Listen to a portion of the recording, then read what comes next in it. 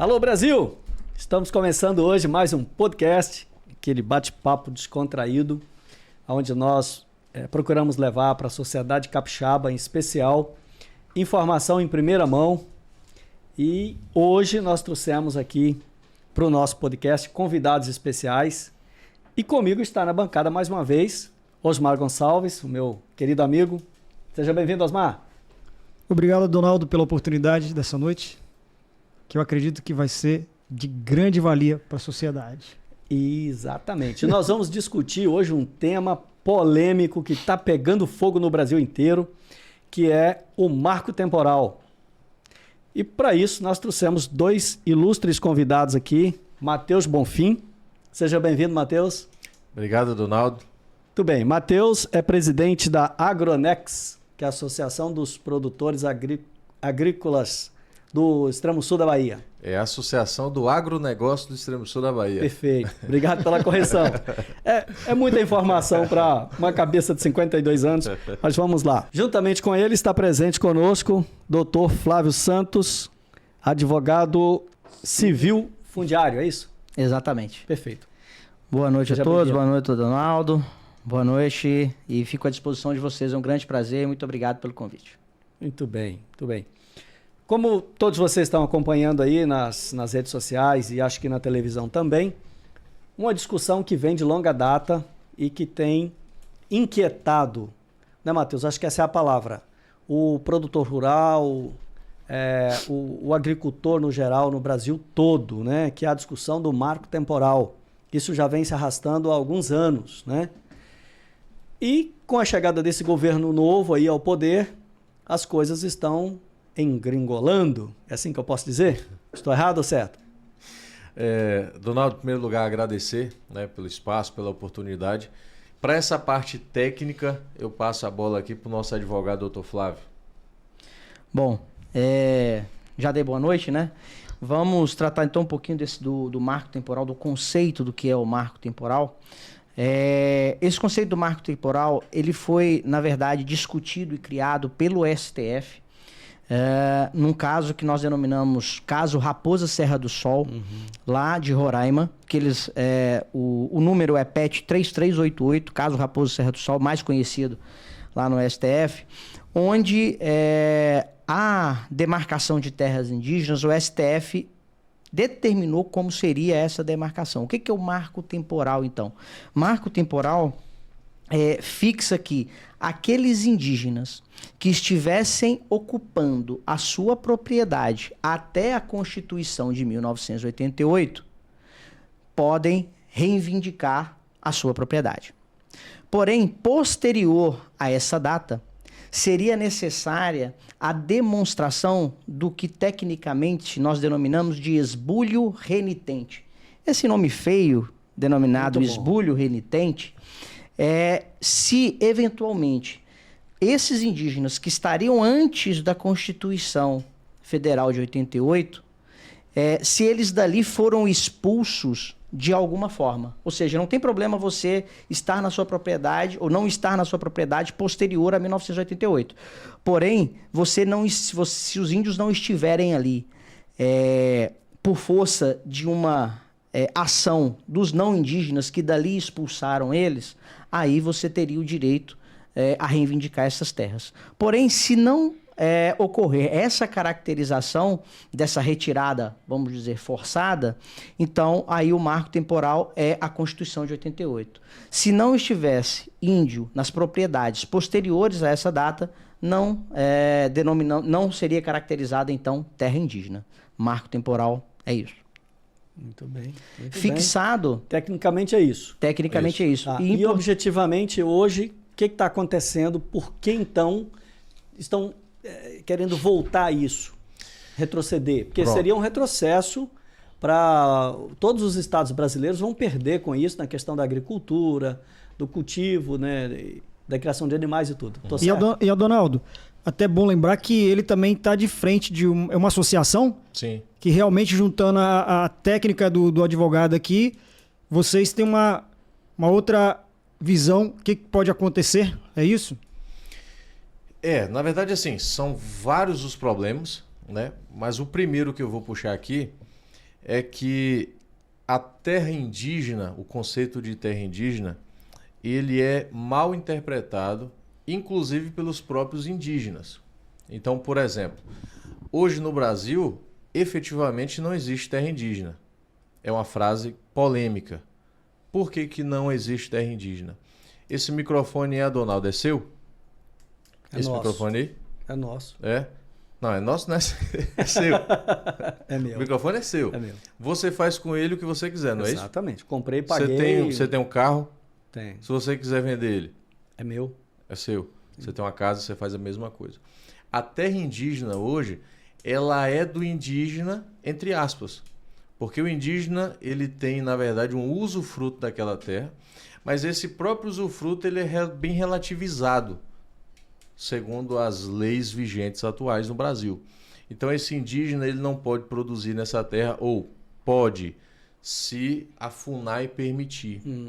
E aí a gente começa a entrar num tema que é o grande perigo desse assunto de terra indígena, e é onde eu falo sempre que a esquerda trabalha no Brasil esse assunto de terra indígena com uma espécie de psicopatia ideológica, sabe?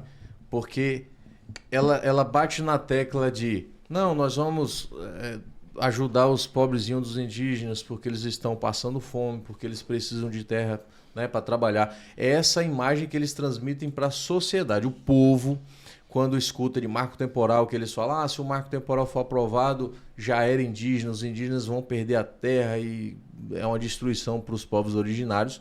Na verdade, isso não é verdade.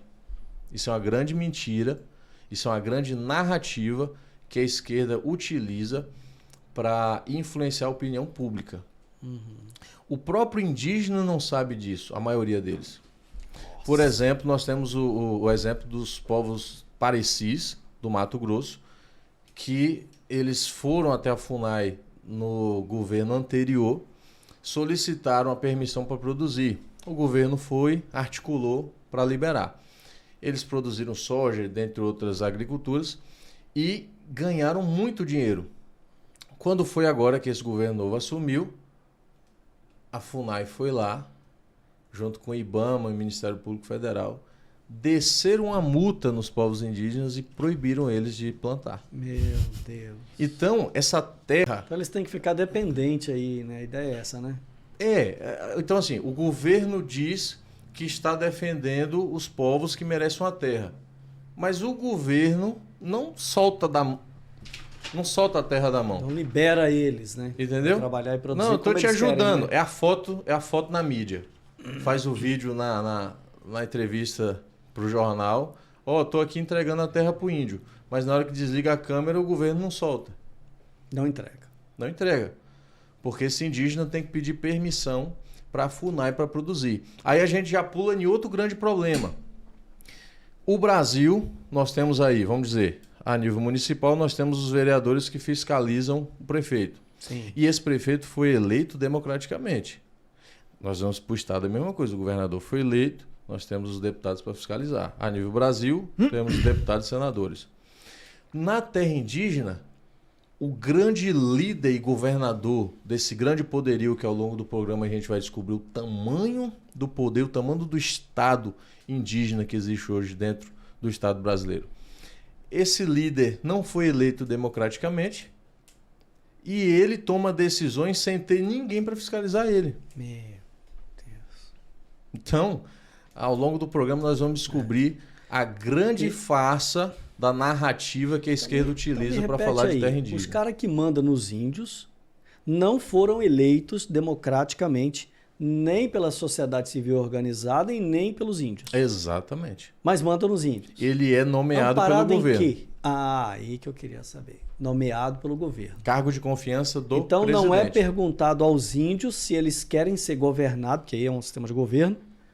Se eu estiver errado, doutor, pode me corrigir. Se eles querem ser governados pelo INCRA. Não, não é perguntado. Ou pela FUNAI.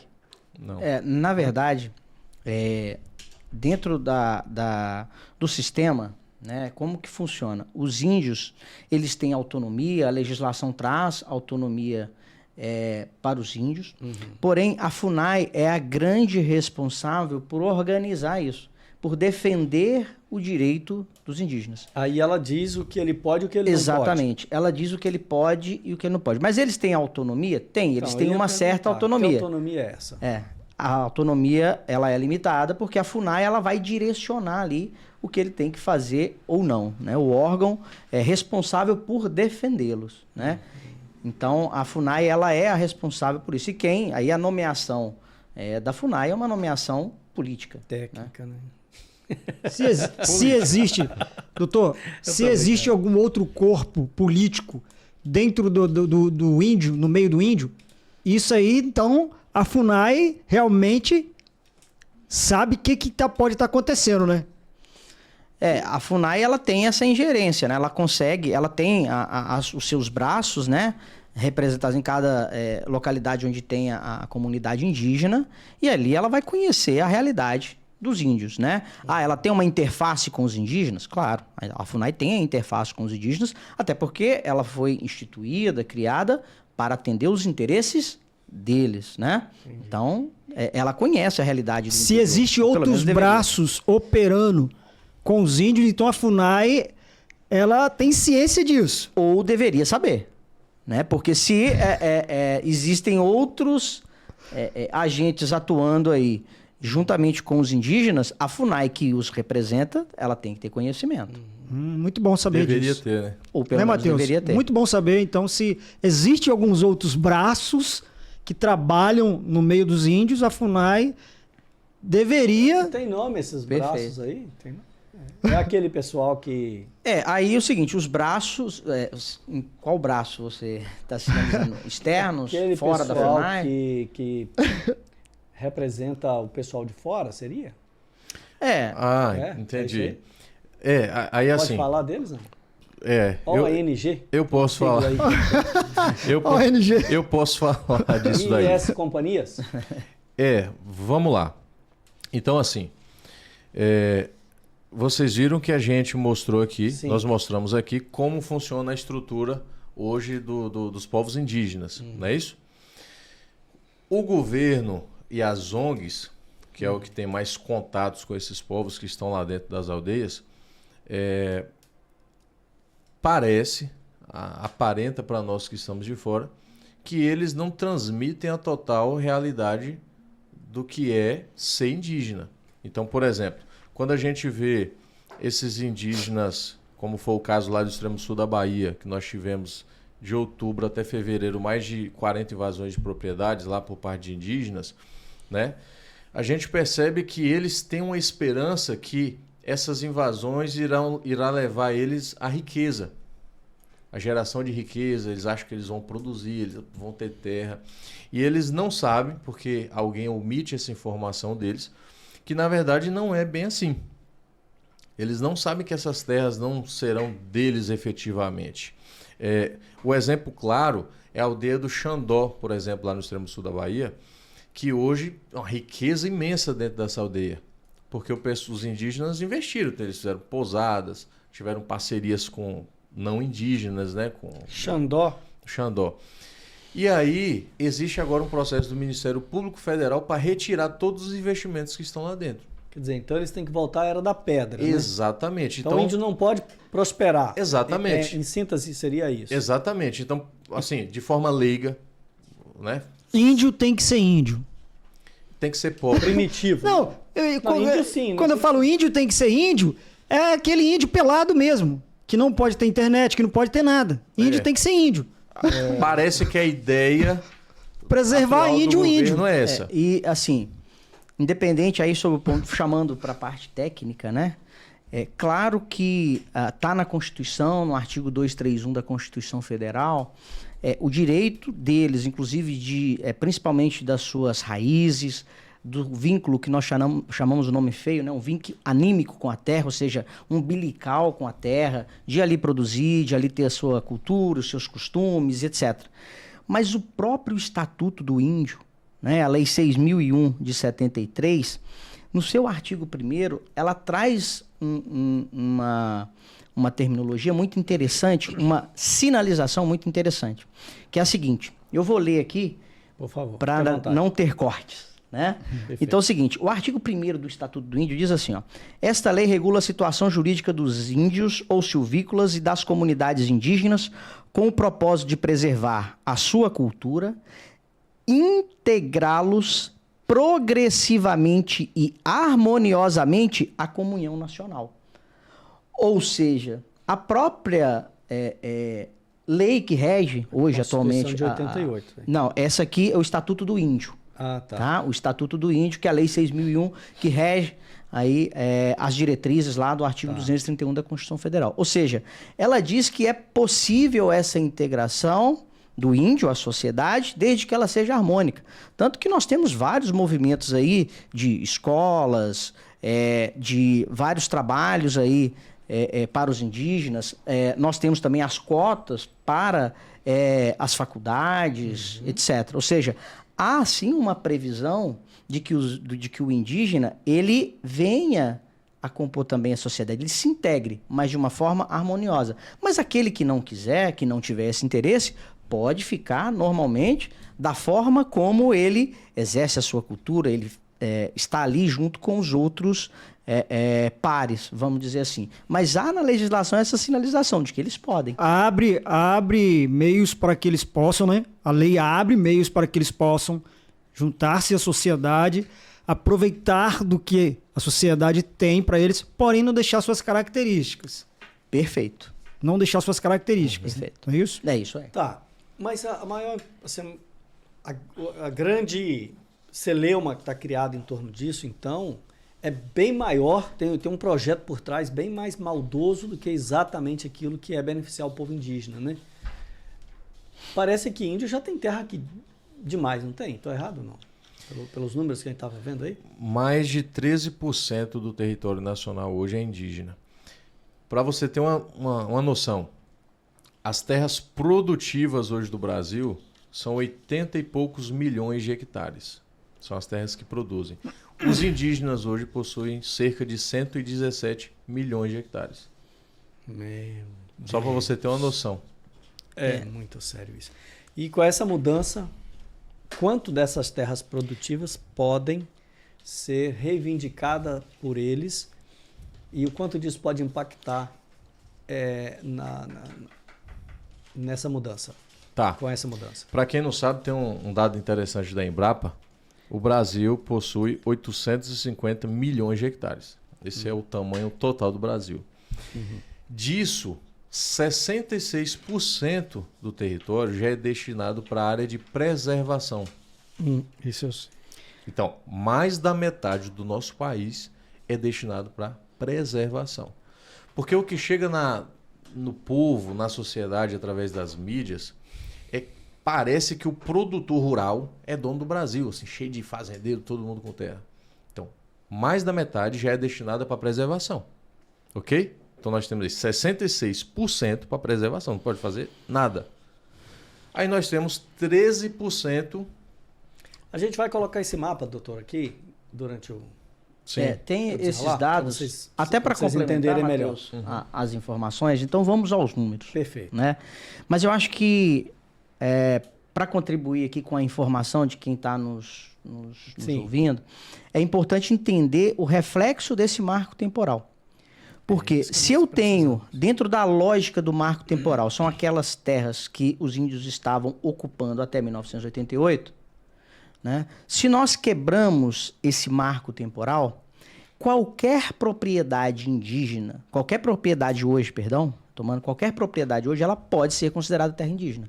Desde que ela seja tradicionalmente ocupada. O que é tradicionalmente ocupada? Aí, essa questão do tradicionalmente ocupada é uma interpretação muito ampla, em que pese a Constituição Federal ela ter disciplinado isso, mas é uma interpretação ampla.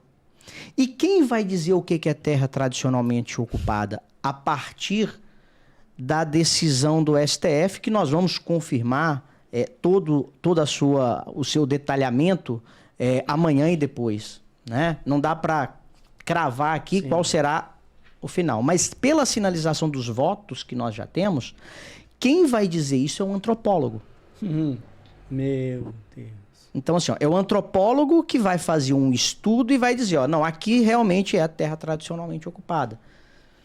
Então, eu vou ficar à mercê do antropólogo dentro de um processo administrativo que é feito na FUNAI, conduzido pela FUNAI, e dentro desse processo é que vai dizer, não, essa terra é tradicionalmente ocupada. Porque como eu não tenho mais uma disciplina objetiva, a gente chama objetiva do direito porque tem é taxativo, né? O STF já tinha decidido em 2008, com o embargo de declaração julgado em 2018, sinalizado sobre esse marco temporal. Quem criou o marco temporal foi o próprio STF. E agora ele está revendo esse posicionamento, né? Está fazendo uma reinterpretação do que ele já tinha decidido. Então, assim, se eu não tenho dizendo que após 1988, se não existisse o indígena ali em qualquer propriedade, ela pode ser demarcada, quem vai me dizer, então, o que vai ser demarcado ou não é o antropólogo, dentro de um processo realizado na FUNAI. Matheus, mas aí que a gente pode correr o risco. Se, né, vamos colocar o se... Se esse antropólogo tiver uma linha ideológica, primeiro que já está na mão do governo. Um dos braços aí, FUNAI, né, Donaldo?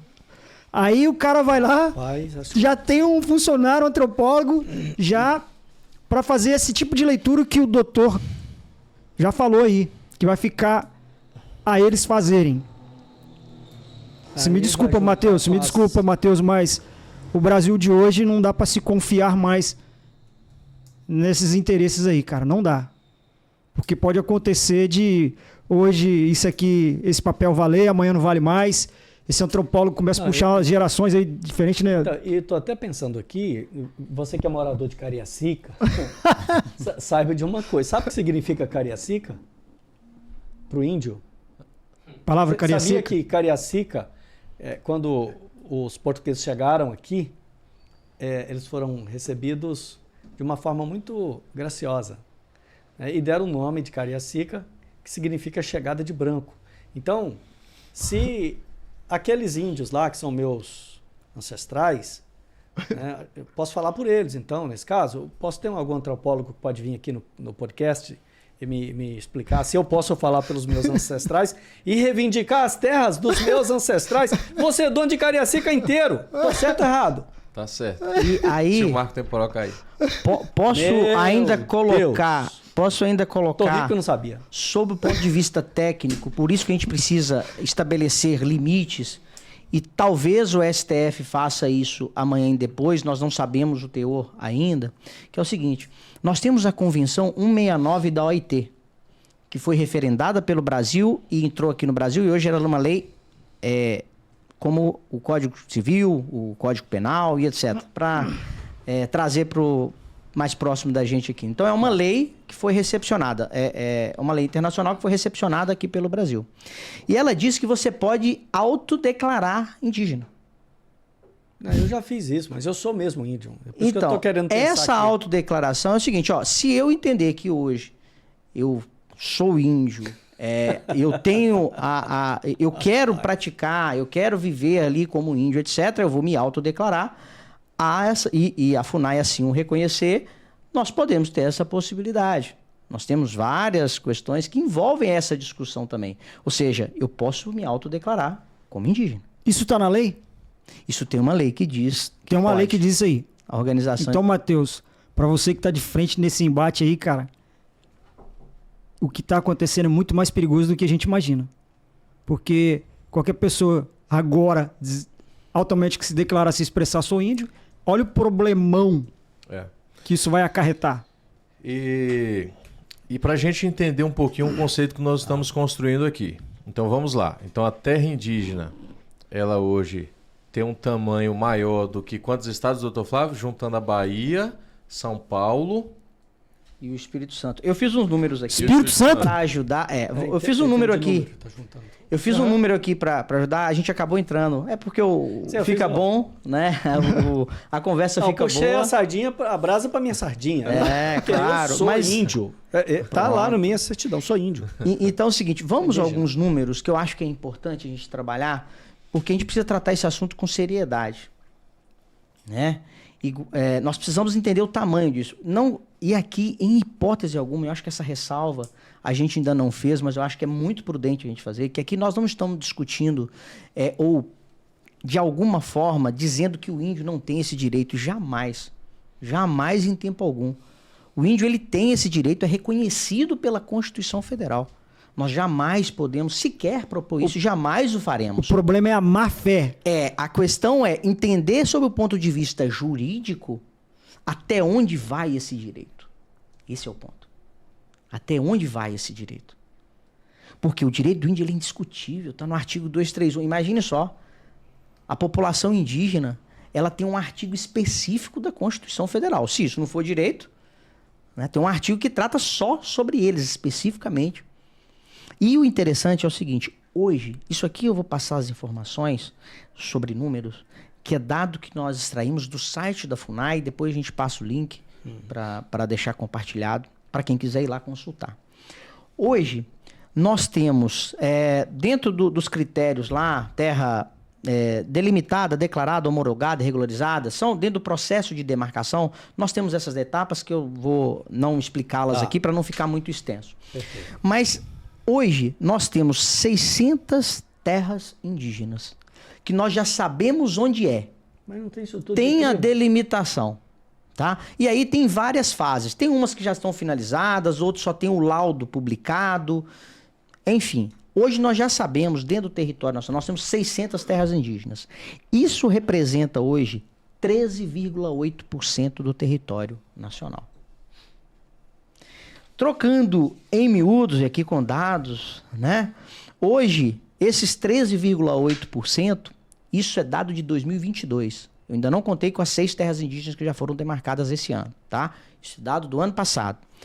Nós temos 117.338.721 hectares. 117 mil hectares já é terra indígena. 17 milhões. Nós já sabemos 17 milhões. hectares. 17 milhões. 17 Milhões. 17 milhões. 117 milhões de hectares já é terra indígena. Perdão, aí a correção. Então, 13,75 ou 13,8% do território nacional. Bom, vamos lá. Mas não é isso. Nós temos hoje, de acordo com o site da FUNAI, as informações colhidas através do site da FUNAI, que nós temos 137 áreas objeto de estudo de demarcação e 478 reivindicações. Ou seja, Já entraram? entraram pedindo para ver se é. Certo? Somando isso tudo, nós temos hoje 615 pedidos e processos dentro da FUNAI. Aqui eu estou Esses fazendo... pedidos novos aí tem um número de terra? Não tem. Nós não sabemos alguns, nós não sabemos onde é e o tamanho. Isso nós não temos como saber, porque ainda não houve o estudo antropológico para identificar. E aqui o que eu estou falando? Fazendo uma regra de 3 simples, com a realidade que nós temos das 600, representando 13,8% do território nacional. Com as 615 que eu ainda tenho, nós vamos saltar, se aquilo que está ali, eu não estou dizendo que o que está ali efetivamente vai virar terra indígena, mas há uma grande chance, porque com a queda do marco temporal, a gente não tem um critério objetivo propriamente dito para identificar ou para limitar aí o que é, o que não é. Nós vamos saltar de 13,8% para 27,8% do território nacional, podendo esse número ser maior. Praticamente o dobro É muita coisa. do que é hoje. E aí, vamos lá, não só isso. Tem alguns dados aqui que são importantes eu compartilhar, porque aí eu peguei dados não do podemos fazer IBGE. uma pausa para chorar, não? Tem que continuar. Claro. Eu falo demais, né? Advogado fala demais. Porque é muito sério isso que ele está falando. É muito grave. Porque isso não é... Esses territórios aí a serem demarcados não são de matas fechadas, digamos assim, para no linguajar mais popular, para que a devolva para o índio. Aquela lá já é reserva e acabou. São terras agricultáveis, correto? Aqui, nesse montante, tem tudo. Tem áreas que são de preservação, tem áreas que são de particulares, isso envolve tudo. O que vai definir aí é o antropólogo dizer se ali é ou não. Mas dentro dessas propriedades tem efetivamente, dentro dessas terras, né? Tem efetivamente áreas que são de produtores, áreas de particulares e também áreas de preservação. Aí o número do possível impacto que isso pode trazer, ô Matheus? Vamos lá, só para a gente vir para os números aqui. Tá. Eu falei que 66% do território hoje do Brasil é destinado para preservação, ok? Não, isso quer dizer que não se planta nada, Não não pode cria fazer nada. gado, né? Até Só pra ficar lá. pesca é preservada, né? Para preservar. Aí nós temos 13,8 Que de isso, áreas de reserva indígena. E é importante a população entender. O marco temporal não é para tomar essas terras do indígena. Então essas áreas que já estão demarcadas, que representam esse 13,8%, não tem nada a ver com o marco temporal. Não é para tomar. Porque a narrativa que a esquerda usa é que o marco temporal é para tirar o direito dos povos originários. Então o que é do índio é do índio. O que é do indígena é um Permanece, direito dele, conquistado. E o agronegócio não está interessado em tirar direito de indígena. Ok? Então esse é um ponto que a população precisa entender. Como que as informações que chegam para a sociedade são todas distorcidas, todas narrativas mentirosas. Coloca como se o agronegócio fosse um vilão, um povo dono do Brasil. E os números estão aqui. 66%, mais da metade do país é destinado para preservação. Os indígenas têm aqui 13,8%. Área devoluta, 16%. Então a esquerda é uma fábrica de mentira e uma fábrica de pobreza. E ela fala tanto dos colonizadores que trocaram, né, pegaram o ouro dos povos originários por espelho, e agora que eles estão pegando essas terras dos povos originários e dando para colonizador, e o índio está ganhando agora é vento. Menos do que ganhavam lá no passado. Porque do que adianta querer terra se não pode usufruir de verdade, se você não é dono de verdade, se você não é proprietário de verdade. Se a FUNAI que vai gerir toda aquela riqueza que tem ali não é gerida pelo indígena. Eles não podem abrir mercado na terra. Tudo é a FUNAI que decide. E um ponto interessante dessa abordagem do Matheus é que está na pauta das teses que ainda faltam ser fixadas pelo STF, que vai ser amanhã, quarta-feira ou quinta, né? A depender do julgamento aí, da extensão do julgamento, vai definir isso também. Eles querem colocar qual a área, se a área indígena ela pode ser explorada e em que condições ela será explorada. Porque hoje isso não é muito claro. Há uma previsão na legislação que pode, mas tem que ter autorização em casos excepcionais. Mas o STF ele vai definir em que condições, em que circunstâncias, essa exploração na terra indígena ela vai acontecer. Né? O ministro, um dos ministros do STF, no voto dele, ele traz essa possibilidade, mas coloca uma série de regras para que isso aconteça. Por exemplo, uma delas, a gente não sabe se isso vai prevalecer, né? Vai definir agora essa semana. Mas é a autorização do Congresso Nacional para essa exploração. Então, é uma burocracia que... Não tinha. Que eles estão criando, né, para permitir, estabelecendo os critérios para permitir essa exploração aí na terra indígena. Né? Então, isso é um dado importante porque o STF também vai definir sobre isso. Osmar teve, né, Osmar, numa região... Eu ia até perguntar a respeito do senhor, a respeito disso aí, né, Dona? Pode falar. É o estado do Pará. Eu estive lá no estado do Pará, fiquei lá 2 meses lá. E eu estive numa fazenda lá, o cara tinha 4.000 e poucos alqueiros de terra, nem hectare, não, alqueiro. Qual o impacto que isso aí pode trazer para o estado do Pará? Até porque, né, os amigos que estão assistindo lá do estado do Pará, lá eu vi muito índio lá, cara. E tem muitos fazendeiros, terras grandes, né? Nós estamos falando de 30 alqueiros de terra, não. Estou falando de hectare, não, cara. Né? Nós estamos falando de alqueiro. E lá a produção é muito grande. O estado do Pará, a produção lá é muito grande. A sua pergunta é interessante. A gente não vai ter precisamente os números do Pará de como vai ser o impacto disso, porque a gente não tem como mensurar. Mas, olha só o que está em pauta no STF também, que vai ser julgado isso, é o direito à indenização. Meu pai, ainda tem essa parte ainda. Ainda Não, tem a parte do e- direito à indenização. Por quê? Porque, de acordo com a Constituição Federal, só tem direito às benfeitorias de boa-fé. Não tem direito à indenização da terra nua. Só as benfeitorias, aquilo que ele fez ali no imóvel, aquilo que tem ali sobre o imóvel. A terra nua, que a gente chama, ou seja, a propriedade em si, pela Constituição, não tem direito a essa indenização. Então, uma vez caracterizada a terra indígena, declarada a terra indígena, vai haver um processo de retirada deles dali e ele só vai ter direito à benfeitoria. Então, o STF está colocando em discussão também o quê? Sobre a possibilidade dessa indenização, ou seja, se a indenização ela vai ser prévia ou não, assim como ocorre na desapropriação, né? Mas nós não sabemos se isso vai acontecer efetivamente ou não. O STF está discutindo sobre isso, sobre essa possibilidade da indenização, para não ficar somente na benfeitoria. Naquilo que ele fez ali, na casa que ele construiu, né?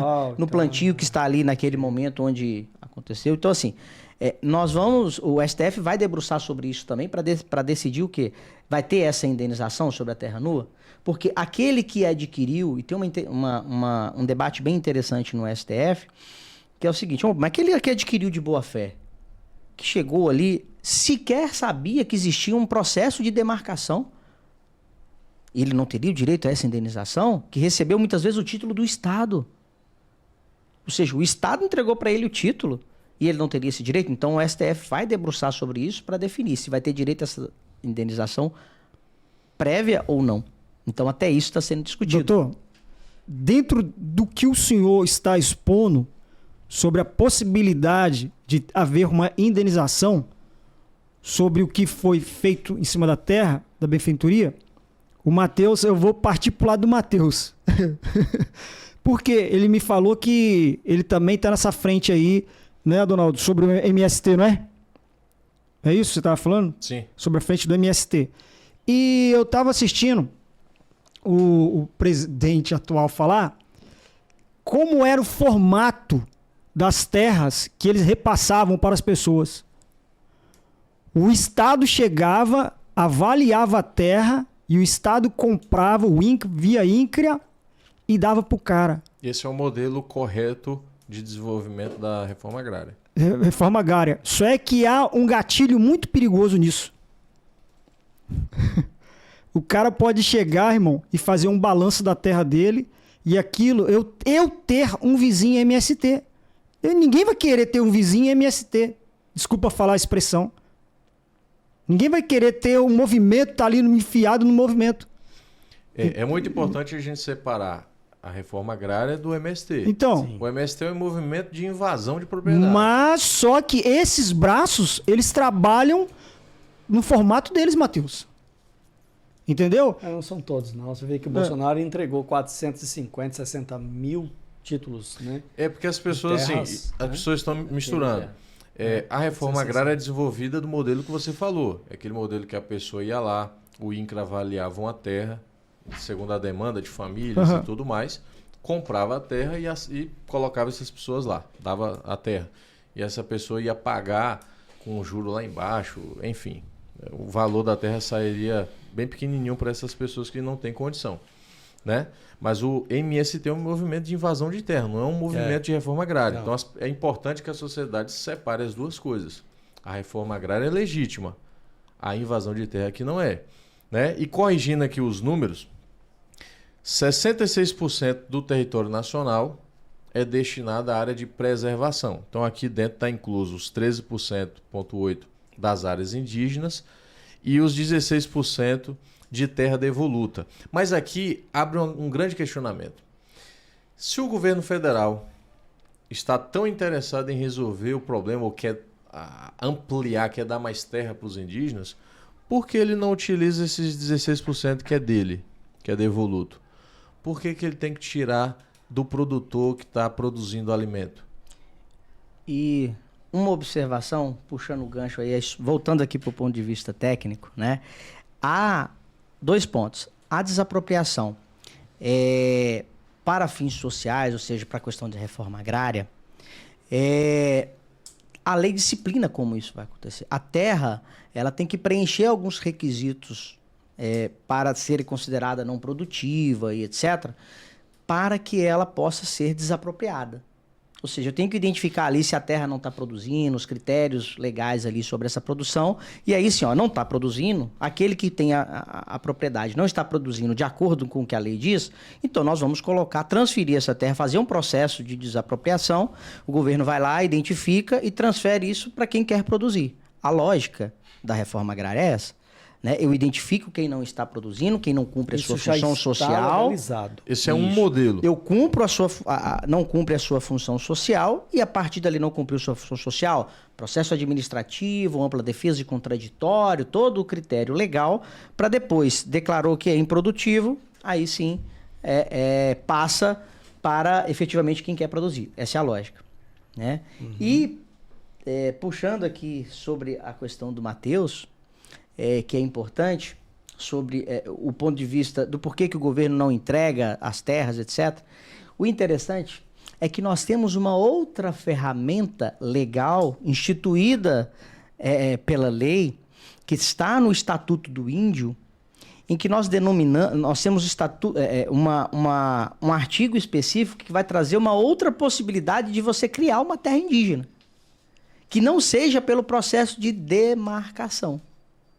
Ou seja, nós temos um instituto que nós denominamos reserva indígena.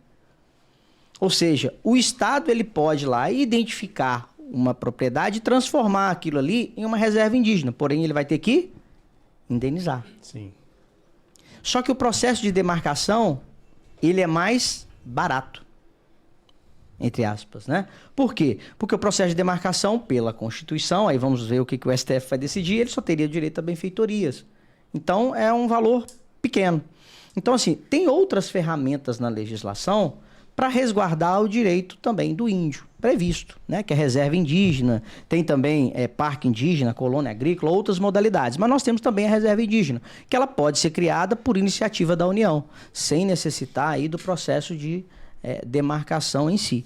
Então é importante trazer essa informação, porque o Estado tem outra ferramenta que não só a demarcação. E aproveitar o gancho aí dessa parte de indenização e passar uma informação de bastidores lá de Brasília. O governo federal já percebeu que, seja por aprovação no Congresso, ou seja por uma decisão do STF, nessa parte de indenização, se obrigar o governo a pagar, o rombo vai ser muito grande. E aí, o nosso atual presidente, como ama o seu povo, ama os governadores, ama os prefeitos, informação de bastidor, tá, gente? Não é oficial ainda não. Mas o governo está planejando articular para que essas indenizações sejam feitas pelos estados e pelos municípios. Então, quem vai ter que pagar, se der certo a articulação do governo, que o governador pague ou que o prefeito pague essas indenizações. Cidadão brasileiro capixaba que ama a sua terra, sabe quem vai pagar por isso? É você mesmo. Sou eu que produzo para esse país. Gente, fazer festa com o dinheiro dos outros é muito fácil. Né? Defender a causa do índio é muito bonita. Sabe? Agora, colocar para o trabalhador já tão sofrido brasileiro pagar mais essa conta, não vai colar. Eu creio que isso não vai dar certo. Viu, Matheus? E vou torcer para que vocês que estão à frente desse processo todo aí, levando a informação da parte aqui do produtor para os parlamentares em Brasília, senhores parlamentares, vamos trabalhar. Vocês precisam olhar pelo nosso povo, principalmente pelas leis, né, doutor Flávio? Não podemos deixar a coisa escambar, porque isso aí é o prelúdio do passo, posso falar aqui? De uma guerra. Porque vai mexer com muita gente. E os números, voltando, né? Por favor. Porque fica parecendo... Aqui acaba que o assunto... Entra um assunto, depois outro, mas eu acho interessante a gente colocar números, porque números são importantes para a gente entender da dimensão do problema. Sim. E os índios precisam. Nós temos aí várias crises, principalmente situação de penúria dos indígenas, né? Os Yanomamis e etc. Então os índios precisam disso. Aí a questão os índios precisam de um cuidado especial que a lei resguarda ou precisam de mais terras? Né? Porque olha só, Hoje, segundo o IBGE, olha que número interessante. A população indígena hoje, segundo os dados do IBGE de 2022, ela é de 1.693.535 índios. Esse número, olha que interessante. A população indígena em 2010 era 896.917. Ou seja, de 2010 a 2022, Dobrou. nós tivemos um aumento de 88%. Dobrou a população, isso em 12 anos. É um fenômeno interessante a se considerar. Um dos ministros colocou essa informação lá no voto. Mas por que isso aconteceu nos últimos 12 anos? Mas ok. Esse 1 milhão de indígenas, 1.700.000, vamos colocar 1.700.000, eles têm 117.338.722 hectares de terra. Aí eu fiz um comparativo. Também capixaba, né? Baiano, capixaba e paulista. Vamos lá, que interessante. O estado do Espírito Santo hoje, ele tem 4.609.500 hectares, com uma população de 3 milhões, o estado. 3.833.486 pessoas. O estado da Bahia tem 56.726 hectares, 729.500 hectares, com 13.825.958 pessoas. O estado de São Paulo tem 24.820.900 hectares, com 50.596.800 pessoas. Somando os estados do Espírito Santo, Bahia e São Paulo, nós temos um total de 86.159.900 hectares, onde vivem 68.256.266 pessoas. Com o que nós temos hoje, 13% do território nacional, 117.338.000, é terra indígena para 1.693.000 indígenos. Você tá doido, é terra pra Ou seja, eu tenho 3 estados que representam 86.159.000 hectares e vivem nesses estados 68 milhões de pessoas. E eu tenho 117.000 hectares com uma população de 1.693.000 indígenas. É como se a gente pegasse aqui, me permite aqui, a população da Grande Vitória vivendo praticamente em todas as terras indígenas do Brasil, né? 1,5 milhão. Mas me corrige se parece que Bolsonaro tinha falado, né? O presidente anterior tinha falado que se isso viesse a acontecer, a região sudeste ia sofrer um grande impacto. Era isso mesmo? Sim, nós temos os números que saíram hoje. Né? Nós temos os números que saíram hoje da CNA, da Confederação Nacional da Agricultura, que é o seguinte: qual o impacto? Nós não sabemos ainda onde será, mas nós temos os números por estado daquelas 600, e isso aqui, os números que eu passei agora, não são das que estão em objeto de demarcação, não, são as que nós sabemos que já existem, já tem a dimensão delas. Sim. Né? Sem contar as 6 áreas. Sem contar as outras, as 6 desse ano. Então, assim, olha só, o que tem de terra indígena para ser demarcada por estado dentro daquelas 615 que ainda estão objeto, ainda que a FUNAI ainda vai analisar. Nós temos mais 195 dessas reivindicações são na Amazônia. Aí, no estado do Espírito Santo, né? É importante a gente trazer aqui o estado do Espírito Santo. Nós temos 3 demarcações, ou seja, 3 pleitos aqui no estado do Espírito Santo. Vamos lá em Minas Gerais, nós temos 19 pleitos para o estado. São Paulo, nós temos 18 pedidos de demarcação. O Sul, nós temos 53 reivindicações.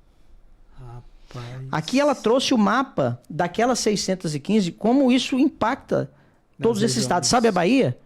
Fora as que, que a Bahia já tem, nós temos mais 32 pedidos na Bahia. E não se sabe o tamanho disso. Não se sabe onde é. Assim, a FUNAI, internamente, ela tem onde é. É porque uma vez protocolada, ela tem um número de Ela tem um protocolo, ela número, sabe... exatamente, perfeito. Esse número é de posse da FUNAI. Mas no site oficial, nos dados oficiais, a gente não consegue chegar não tá aberto, a né? esse detalhe, né? Então, assim, só para vocês terem a dimensão do tamanho, ou seja, nós temos a população indígena hoje, quando dizem que não tem terra, a gente tem que rever essa ideia. Elas têm terra. E algumas demarcações, elas precisam efetivamente acontecer. E o que é o mais importante a gente deixar claro aqui é que a gente precisa cumprir a lei. Precisa ter critérios objetivos, critérios claros para identificar como elas devem ser demarcadas. Nós estamos falando aqui de 20%, de 27% do território nacional, podendo chegar a um número muito maior se nós não tivermos critério. Então, daí a importância dessa discussão. Matheus, como os associados da Agropex estão recebendo essa notícia assim, como uma bomba literal, ou acha que ainda tem uma luz no fim do túnel? Cara, na verdade, assim, como ano passado, assim que o governo novo ganhou no primeiro turno, né? Aqueles votos à frente ali, de outubro até fevereiro foram mais de 40 invasões, né? De indígenas no extremo sul da Bahia. Invasões essas, inclusive, agressivas, armadas e tudo mais. E os produtores estão desesperados. Mas como não está? A população brasileira, eu vinha comentando com o Flávio no carro, que infelizmente, cara, nosso povo sofre de uma imensa ignorância. Nós não conhecemos nosso país, a gente não conhece nada da nossa nação. Então, assim, você vê que o próprio indígena, nem ele mesmo não sabe que a terra não é dele. A terra é do Estado. Então ele está se matando, correndo risco de vida nessas invasões e tudo mais, pensando que ele está conquistando algo para ele de verdade. E não é. Povo Yanomami, a terra dos Yanomamis é maior do que o estado de Santa Catarina. E eles estão passando fome. Aí eu lhe pergunto, como alguém tem uma área maior do que um estado do Brasil e passa fome? É por isso que eu digo que a esquerda, ela é psicopata ideológica. Ela tem prazer em ver o sofrimento do povo. Porque não tem cabimento. Eu acho que nenhum de nós que está aqui teria tanta frieza de enganar essas pessoas, enganar os indígenas, prometer a eles, criar uma ilusão na cabeça como se eles fossem mudar de vida, como se eles não tivessem nada. Eles já têm muito. Mas esse muito que eles têm não pode ser usufruído da forma verdadeira. Por isso que eles estão passando fome. Cara, se a gente tiver um neurônio, dá para chegar nessa conclusão. Como que a Donaldo tem uma área maior do que o estado de Santa Catarina e está passando fome? E o pior... Alguma coisa está muito errada. E o pior não é porque ele quer, porque ele é proibido. Porque o Estado, porque esses esquerdistas que se dizem se preocupar, né, com os indígenas, se preocupar com o povo, são eles que lutam todos os dias no Congresso e articulam, inclusive, em outras casas de poder, para que esses indígenas não possam ter autonomia. Porque o PL que está lá agora no Senado para votar, a Silvia Wayampi, que é uma deputada indígena, né? Conheci ela.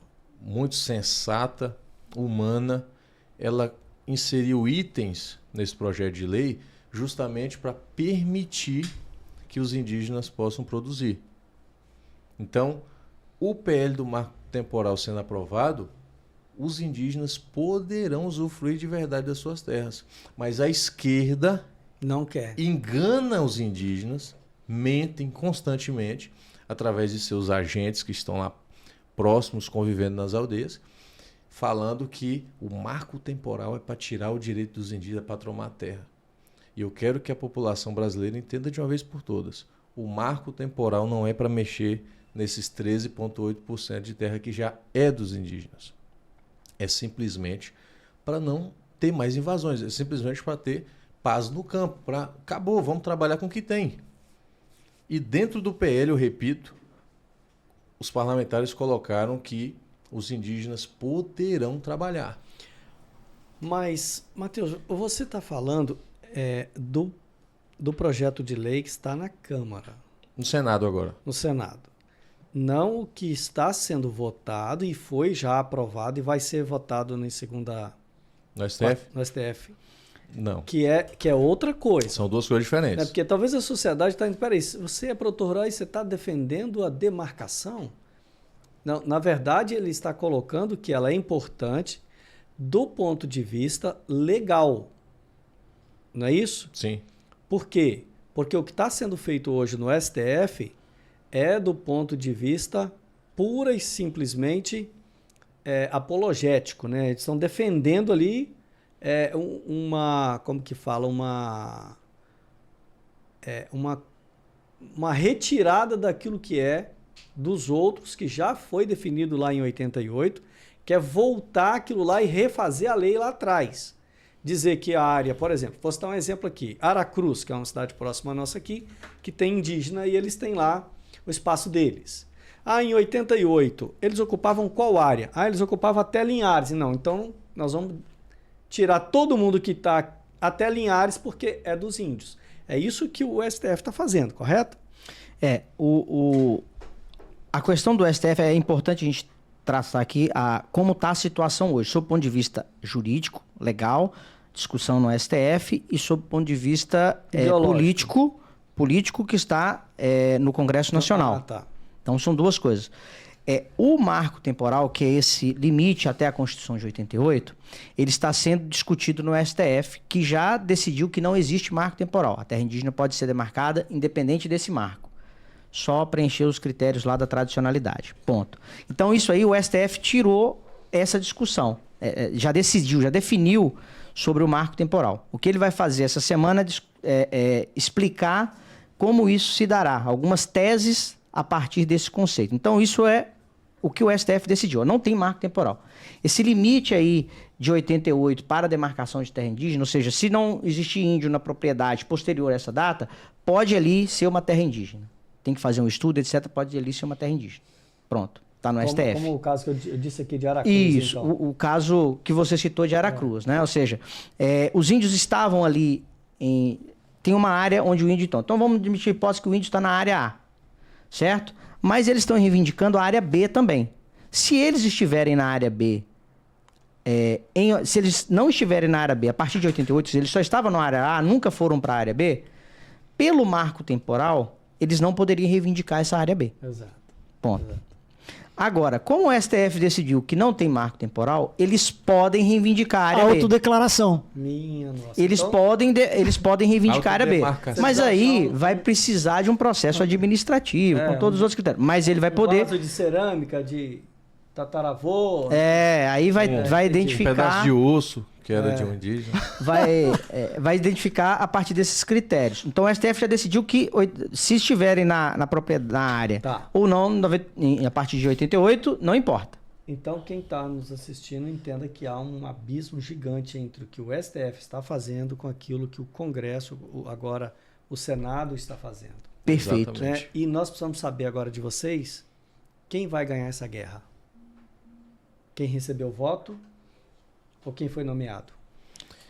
Bom, essa é uma pergunta interessante, mas de difícil resposta. Por quê? Olha só, eu vou passar a palavra também para o Matheus. Identificada essa questão do STF, que já definiu sobre a questão do marco temporal, nós vamos para o Congresso. Aí o Congresso tem dois projetos de lei lá. Na verdade, um projeto de lei que está avançado, né, que é o PL 2903, em que está na relatoria do senador Marcos Rogério, hoje, lá na CCJ, para aprovação. Lá ele estabelece o marco temporal, dentre outros critérios, como o Matheus já sinalizou aqui, de possibilidade de exploração em terra indígena, etc. Então, esse projeto de lei, ele está no Congresso Nacional em uma fase avançada e pode ser aprovado. E tem também um projeto de emenda constitucional que trata também sobre o marco temporal, tá? Que foi protocolado, salvo engano, semana passada, e que também vai discutir isso. Ou seja, o Congresso está sinalizando o seguinte, ó, nós entendemos que é pertinente o marco temporal. O Congresso está dizendo isso, né? E o STF tem um posicionamento contrário. Então, o que nós vamos saber é o seguinte, a partir do momento, se o Congresso aprovar, será que o STF vai suspender? Né? Elementos jurídicos para o STF suspender ele tem? Tem. Ou seja, uma vez a lei aprovada, sancionada, o STF pode suspender essa lei? Pode. Ele tem elementos jurídicos para isso, né? Mas aí nós vamos saber o seguinte, e aí, será que ele vai fazer? Vai depender da ideologia. Segundo a Constituição, o STF ele não tem poder de interferir no poder legislativo, constitucionalmente. Mas legalmente está fazendo isso o tempo todo, né? Mas ninguém sabe. Agora, assim, pra gente criar o esqueleto para a sociedade entender tudo aquilo que a gente vem falando desde o início. Então, o primeiro ponto que as pessoas precisam entender. Marco temporal aprovado não significa tirar o direito dos indígenas. É um direito conquistado lá na Constituição 88. Então, ele já tem 13,8% do território nacional demarcado. Isso é um fato e ninguém vai mexer nisso, ok? Então, marco temporal é para quê? Para que eles não avancem, para que eles não continuem invadindo e, enfim, ocupando propriedades e querendo mais terras. Ok? Esse é o primeiro ponto. O segundo é que essas pessoas que dizem que defendem os indígenas e que querem mais terra para os indígenas enganam os povos originários, porque a terra não é dele. Ele tem usufruto. Resumindo, esses são aqueles ONGs. Grande maioria que estão lá. Representantes políticos, né, que defendem essa linha aí de querer mais terras.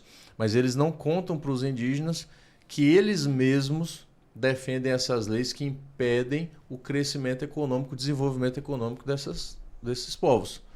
É o caso, quem quiser pesquisar, tá aí, os parecis. Só foi o governo entrar agora, foram lá e multaram aqueles que produziam, certo? E impediram de produzir. Então esses indígenas que estão aí na esperança de ter mais terra, para quê? Vocês não vão poder produzir. Agora, a nossa visão com esse projeto de lei do marco temporal é para manter a paz. Vocês vão ficar com esse tantão de terra que vocês já têm, mais 117 milhões de hectares, é terra pra caramba. Então, 117 e vai abrir mercado para eles. E vão poder dividido por produzir nessas terras. Abrir mercado. 1 milhão e 533 Essa é a ideia. mil. 1 milhão, a população indígena é 1 milhão 693 mil. Isso, 1 milhão 693. Um bom de matemática aí, divide aí quantos hectares vai dar para cada um. 117 milhões de hectares dividido... Não, 1 milhão 693 dividido por... Quantos hectares por cada, né? 117. Né? Aí então, é calculadora. Então, muito. esse pessoal... 10 milhões de hectares. Esse pessoal que eu falo, que eu brinco que eles têm uma psicopatia ideológica, eles enganam os indígenas, porque a terra não é deles, eles é que impedem o desenvolvimento econômico desses indígenas, e se dizem, né, defender os indígenas, querer benefícios para os indígenas. E outra coisa, a gente precisa pensar lá em 1500. Então, eles acusam tanto os colonizadores de ter tomado ouro, tomado as riquezas da terra por um espelho, e agora eles estão entregando essas terras para outros povos. Para outros povos, a troco de nada. Agora, Matheus, você que não está no script aí, mas logo que esse governo assumiu, houve aí uns vídeos rolando na internet de que fazendeiros estavam sendo tirados de suas terras em algumas regiões remotas do Brasil, tirado à força, tinha 7 dias para sair com os animais, se não saísse esses animais seriam confiscados pelo Estado. Vocês têm alguma informação sobre isso a nível Brasil? O que é aquilo dali? Porque a gente viu muitos vídeos desse rodando aí na internet, a gente precisava entender. Essa semana teve um caso né, de uma propriedade que foi multada e eles confiscaram uma boa parte do gado dessa propriedade para quitar essa dívida, né? Infelizmente, nós estamos vivendo dias sombrios. Dias em que as pessoas combatem o fake news, mas os próprios representantes que eram para não, vamos dizer assim, falar fake news, cometer esse quase crime aí, e eles que fazem, porque é o que eu estou te falando. Eles não chegam lá no Congresso, eles não chegam para os indígenas e contam a verdade. Eles iludem. E esses indígenas, como é o caso do extremo sul da Bahia, eles se arriscam, caindo, fundam para dentro, né? Eles chamam de autodemarcação e vai invadindo terra, se arriscando, porque, sei lá, pode acontecer alguma coisa, né? Não sei se ele ameaçar alguém ali e tiver uma briga, uma luta, o cara pode sair machucado. E o governo, eu vejo de forma irresponsável, entregar esses povos a um desleixo desse, arriscando a própria vida, a integridade física, sendo que o governo tem 16% de território de área devoluta. Então, se ele quisesse resolver esse problema de terra, já tinha resolvido. Então, parece que é intencional esse conflito. E ainda mais para jogar a conta em cima dos estados e municípios, né? Que é mais grave ainda. E está articulando nos bastidores, né? Mas a gente está trabalhando lá para não dar certo. O Senado provavelmente vai resistir, vai aprovar o PL e não vai deixar acontecer. Mas o plano do governo é jogar essa conta indenizatória para os estados e municípios. E dentro disso tudo, se a gente for fazer uma análise geral, a gente pode ver que esse governo é uma fábrica de pobreza. É uma indústria de pobreza. Porque só lá no extremo sul, os próprios indígenas de algumas aldeias lá me ligaram chorando. Mateus, depois desses conflitos aqui, não tem mais emprego. Porque uma terra, por exemplo, a fazenda Nedila, que foi toda fuzilada na invasão, depois eu mando o vídeo para vocês. A fazenda Nedila, alta produtividade, um café bonito, uma pimenta do reino bonito, tá jogada. Porque os invasores, né, os indígenas foram lá, colheram, mas não cuidam. Sim. Então tá se acabando. Então isso é geração de quê? De pobreza. Desemprego. O café que eles tiraram de lá, café que estava aí de 700, 800 reais o valor da saca, os indígenas venderam por 250. Então é esse Brasil que você quer para sua família, é esse futuro que você quer, de insegurança, amanhã ou depois a sua casa está em risco de ser tomada, um patrimônio, um bem que a gente sabe, o brasileiro já paga tanto imposto, a carga tributária é altíssima para a gente comprar um veículo, né? Uma casa, a gente sabe o esforço absurdo que é. Já pensou você perder?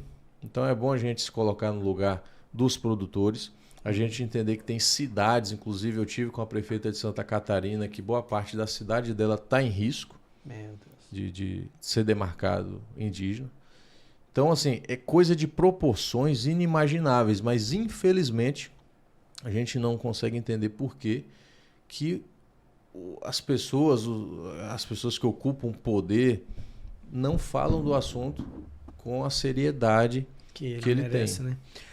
Deixa eu fazer uma das minhas últimas perguntas aqui. O que a população pode fazer, o cidadão de bem, enquanto cidadão que está acompanhando esse quadro e aprendendo a entender, o que ele pode fazer, você acha que, para ajudar? Manifestar na rede social? O cidadão ele pode se manifestar na rede social. Tem algum canal que você gostaria de deixar? Podem nos acompanhar lá no Instagram, Mateus Bonfim Oficial, para você estar acompanhando todo esse trâmite daí. Então, né? Quem quiser colaborar, fazendo ali seu manifesto, no Instagram do Mateus Bonfim Oficial.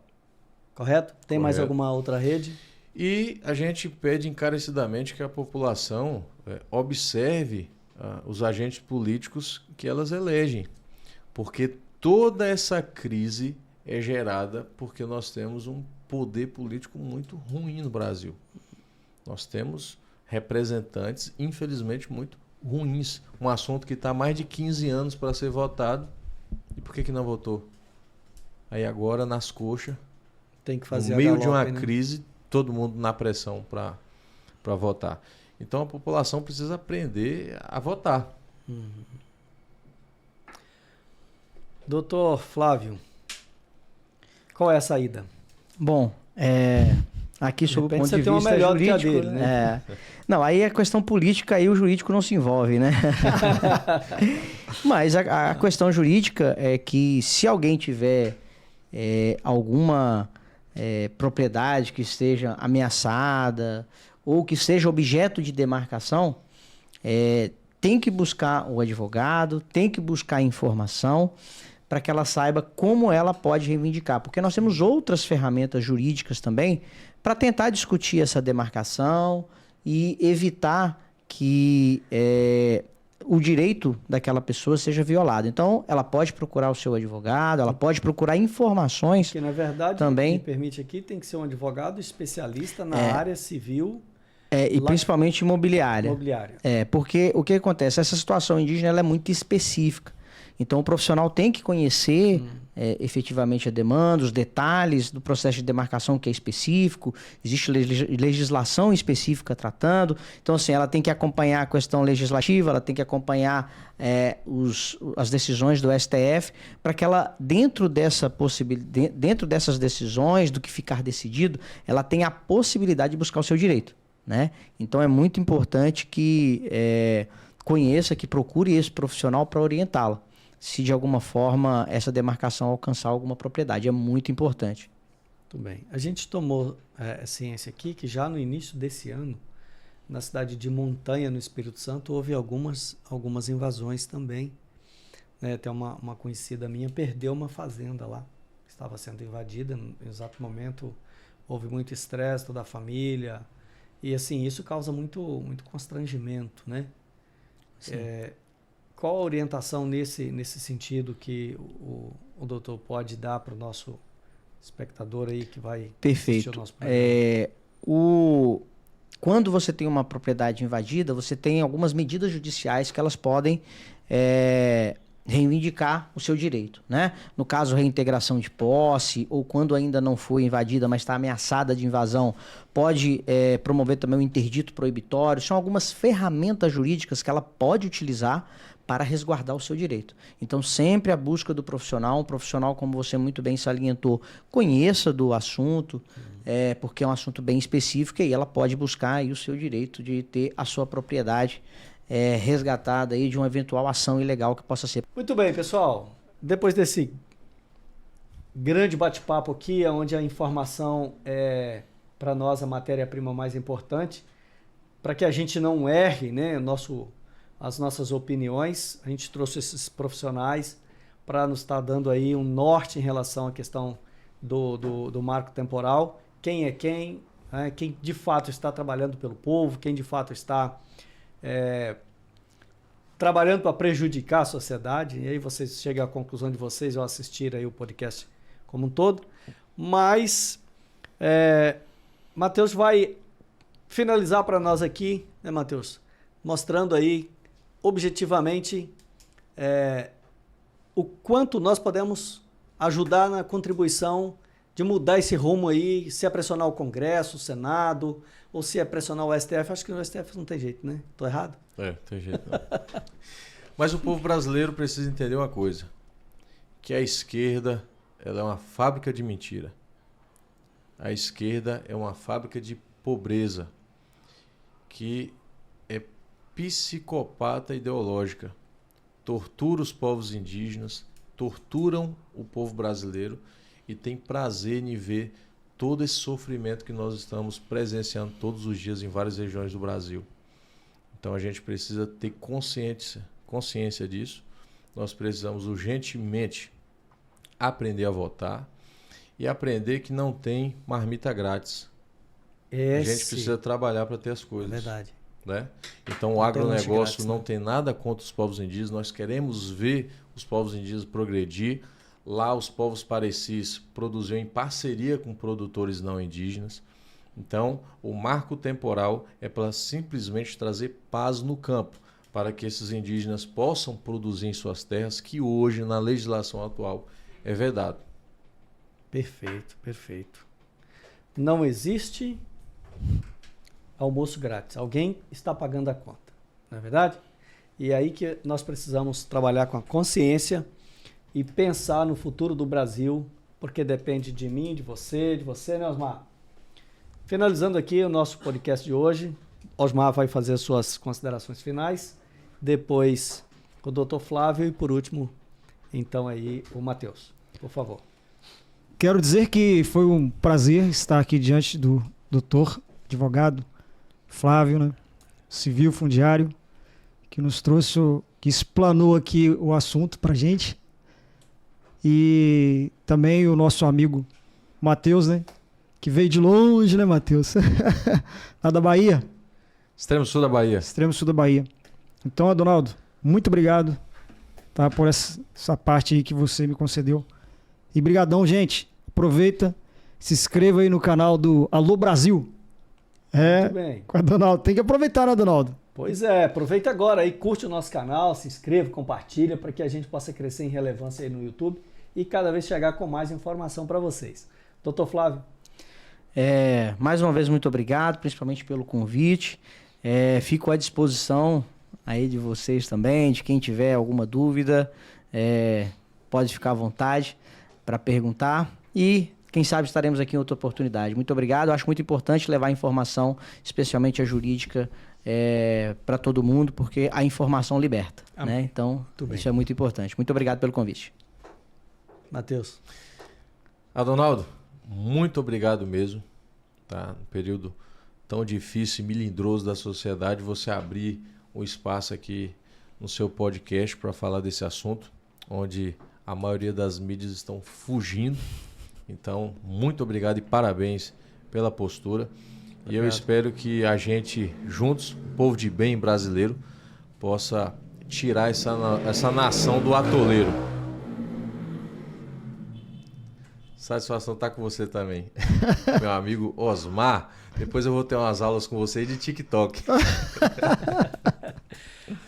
Muito bem, você que chegou até aqui, nosso muito obrigado. E não se esqueça de se inscrever no canal, porque informação é tudo. E tudo que nós queremos levar até você é uma informação verdadeira, direto da fonte, com pessoas competentes, como vocês já viram aqui em muitos outros episódios.